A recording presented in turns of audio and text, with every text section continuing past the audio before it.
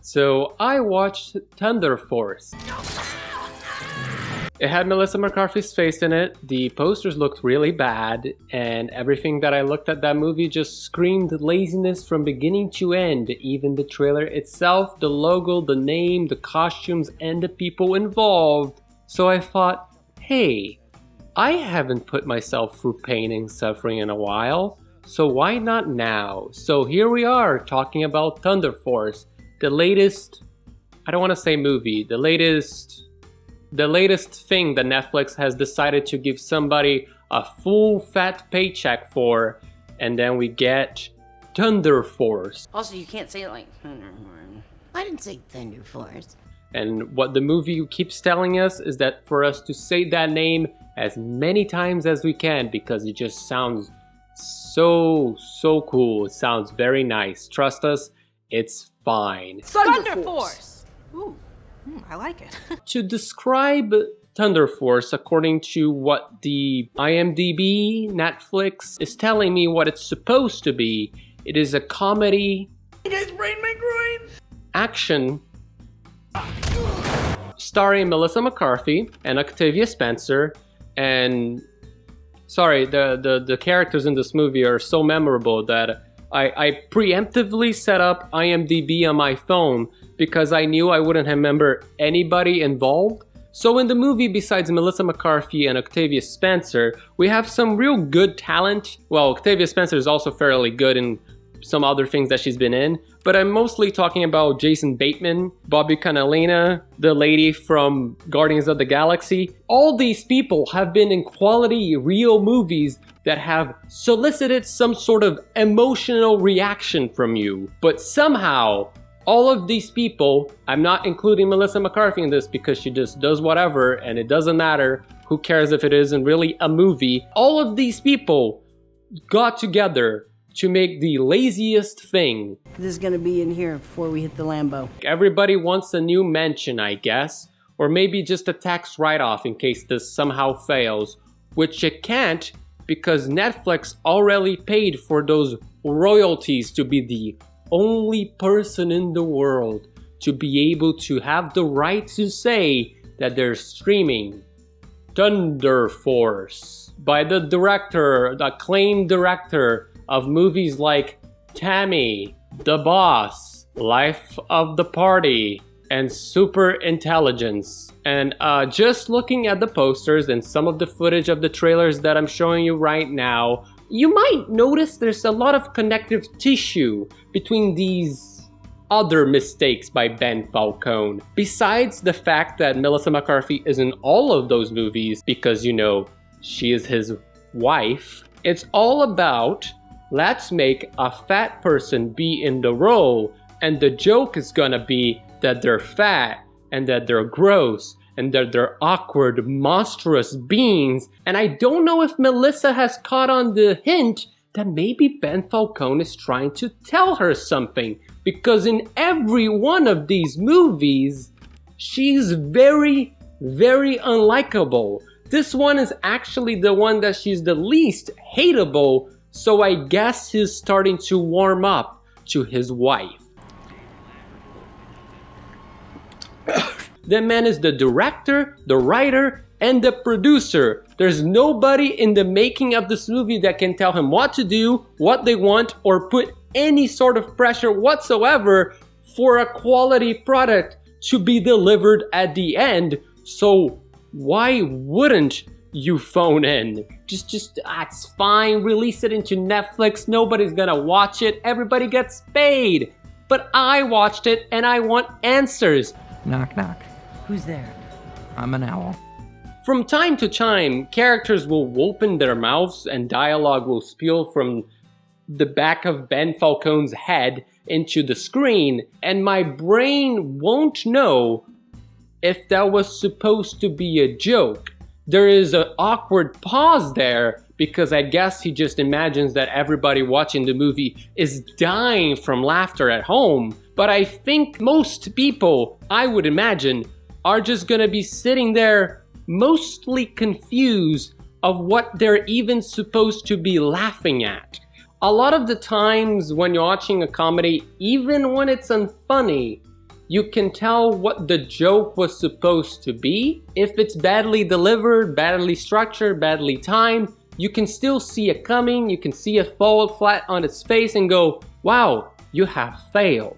A lot of these movies have a lot of improv involved in the making of it, and I guess I'm assuming that they just didn't improvise enough and they just had to go with whatever they had that was already shot that day because they want to get this as soon as possible so they cash in those checks and go home. This is a comedy movie, and in the trailer they usually include a lot of their funniest jokes. Here are some of the very, very hilarious jokes that they decided to include in the trailer from the movie, so there's none of those really cheesy music involved. Do you have an appointment? I'm her best friend, so we're not currently what I would say best friends or friends. Yeah! I think I sprained my groin!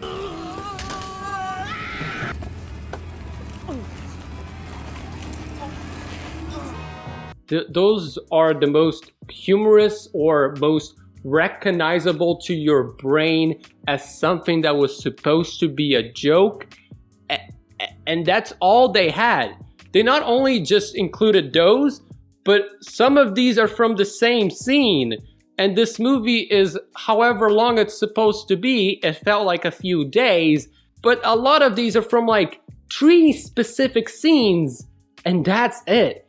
Most of the rest of the movie feels almost like it's trying for real to be a straightforward lame-ass superhero movie. And I thought from the trailers that they were trying to be a parody, a satire, Thunder Force, a comedy where I'm not just annoyed at the fact that I'm not laughing, I am baffled at the fact that I'm supposed to be laughing at all. You're telling me I'm supposed to be laughing. I understood there was something that happened in that dialogue part that is supposed to be a joke, but there's so little setup, such a little structure, and I don't even understand what you're referring to. What is Jodie Foster's problem? Then nothing happens. It just flies over your head constantly because everything both simultaneously goes by way too fast for a joke to land, and when a joke doesn't land, they stick to it for way too long, going back to those improv scenes that they're just desperately throwing it out there and hoping something sticks, and since nothing sticks, they're like, aha, the perfect plan. Let's just not cut away. Let's stay in the scene as you watch a poor, miserable joke die in front of your eyes. Somebody want to tell me who Urkel is? What's an Urkel? Not what's an Urkel, who's an Urkel? Tell her who Urkel is. How do you not? Oh my God. Let me search. You know who Urkel is. How do you spell that? You spell it Urkel. Did I do that? Right? That ring up. Did I do that? Did I do that? You know that. Did I do that? Just, it didn't even arrive dead. As they were packaging the fucking joke into the movie, it died in the process. You know what? It never existed to begin with, and there wasn't even a joke. I lied. It's fine, don't worry about it. Let's talk about the beginning of the movie because I have to talk about positives. Otherwise, people might think I'm just a very angry man. Let's talk about something nice. I have to remember there are nice things in the world, okay?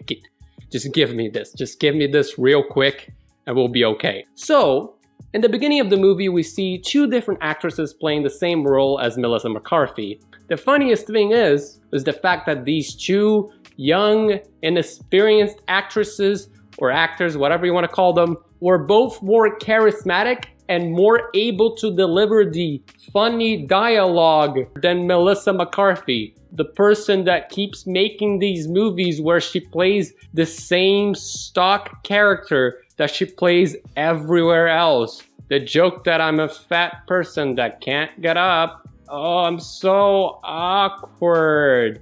A fat person shouldn't be doing this. This is where humor is. Wow, guys, look, she tried really hard with the physical comedy. She fell. I wouldn't really be, dissing these jokes if they weren't the true jokes that this movie had. She's fat. She's a fat superhero. Comedy. That's her character, I guess. I truly don't know her name. I don't know what besides annoying and awkward she's supposed to be, and who cares? This is a Melissa McCarthy movie made by her husband that keeps making the same movie. So if you watch any of these, it's more of that, but superheroes, because that's popular right now. So let's just be even lazier by trying to sell to the masses that will just watch this and fall asleep and be like, I guess I liked it. I had a dream about it. It must mean I remember something. But they weren't dreaming. It was just the audio playing in their heads. Their brains are tricking them. But another thing I can say was positive about this movie is that Jason Bateman is too good for this. Jumped a radioactive crab. Who visually looks like he doesn't even care in interviews, is able to put his charisma to the test, put his life in the line, and deliver terrible lines that he makes entertaining. You'd think Cancer, but Capricorn actually, Sag Moon, and all kinds of things. I don't want to say I liked jokes in this movie because most of it, whenever it's not Jason Bateman saying, all don't even feel like jokes, but when he's on the screen, it's a breath of fresh air. You understand what is supposed to be comedic. You look at his little, beautiful, amazing, awesome face and just go, thank you, good sir. You have made me remember that life is supposed to have feelings in it and not just a humorless void. You don't feel anything besides boredom and confusion. That's the feeling you will be left with while watching this movie. By the way, is this movie a satire? I don't know. It's so poor at trying to do what it's intending to do besides cashing in those checks that I truly, fully can't tell if this is just a straightforward superhero movie with some jokes in it or a parody trying to spoof the superhero fad. Because most of the superhero stuff in this movie is played out awkwardly serious, and it's not overly dramatic to the point of being funny. And if you really wanted me to talk about the superhero plot, or the characters, or...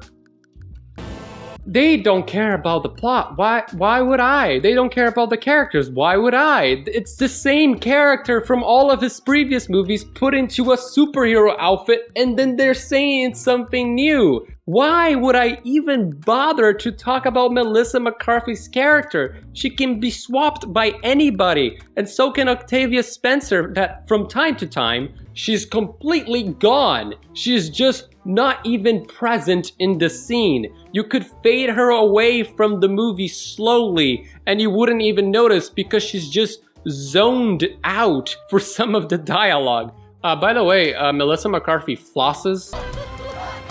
She does a little floss dance.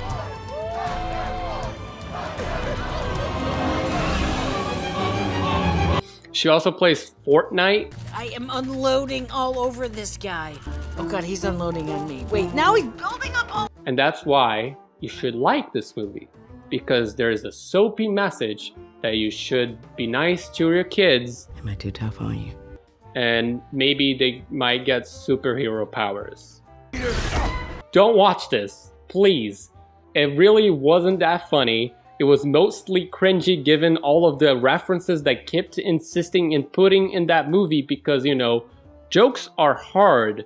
So instead of jokes, we'll make references that are dated by the movie's logic.